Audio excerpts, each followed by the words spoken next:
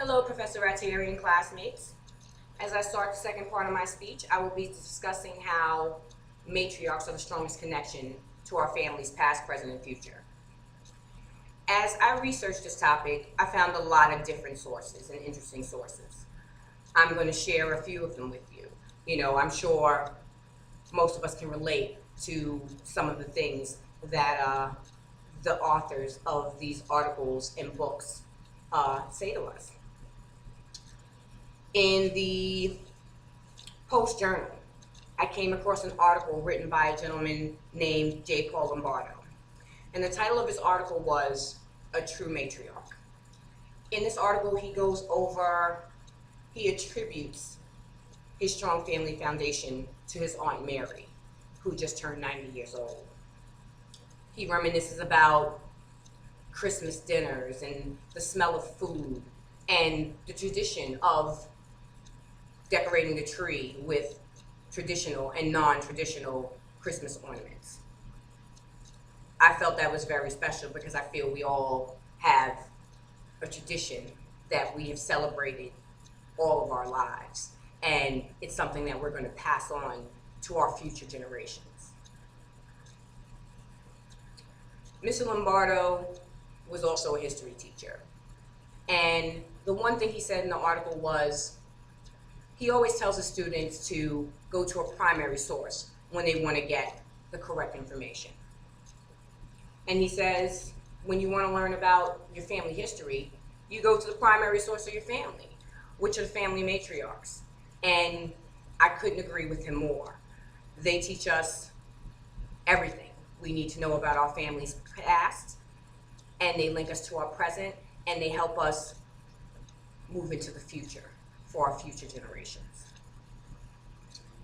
The impact that matriarchs have on the generations that they come in contact with is priceless.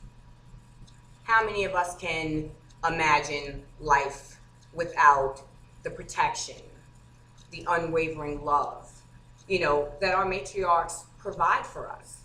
I mean, even their own brand of discipline. We're going to touch on that again. I can even appreciate those lessons, the discipline. As a child, when I did something bad, I'd eat a little bit of ivory soap. And sometimes I had to go pick my own personal switch off the tree. But as a child, I was traumatized. But as an adult, I understand why the discipline was even important. It taught me how to be a good person. It taught me how to interact with others. It taught me what not to do, as I go into the world, as I grow up and solidify myself, in my family hierarchy. My Big Ma taught me so many things, and I'm so appreciative of the lessons that she's given me in my life, and I pass these lessons on to my own child.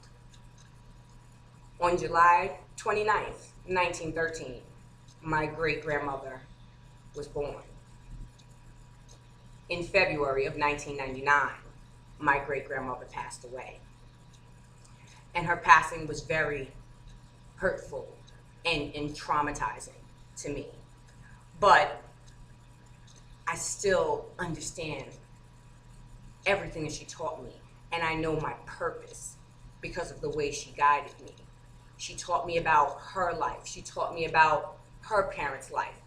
She taught me about my own parents, my mother's life. She put me in a place in this world where I can't even say, who I would be without the things that she taught me. And again, I know this is not specific to me. I know that all of us have a matriarch in our family that has taught us these things. On July 29th of 2013, I'm going to burn a candle in remembrance of my great-grandmother. And I'm going to sit down and tell my son what an amazing and wonderful person his great-grandmother was. I feel that we should all start our own family traditions, continue the ones we know and add on to it. Because at the end of the day, this is what defines us.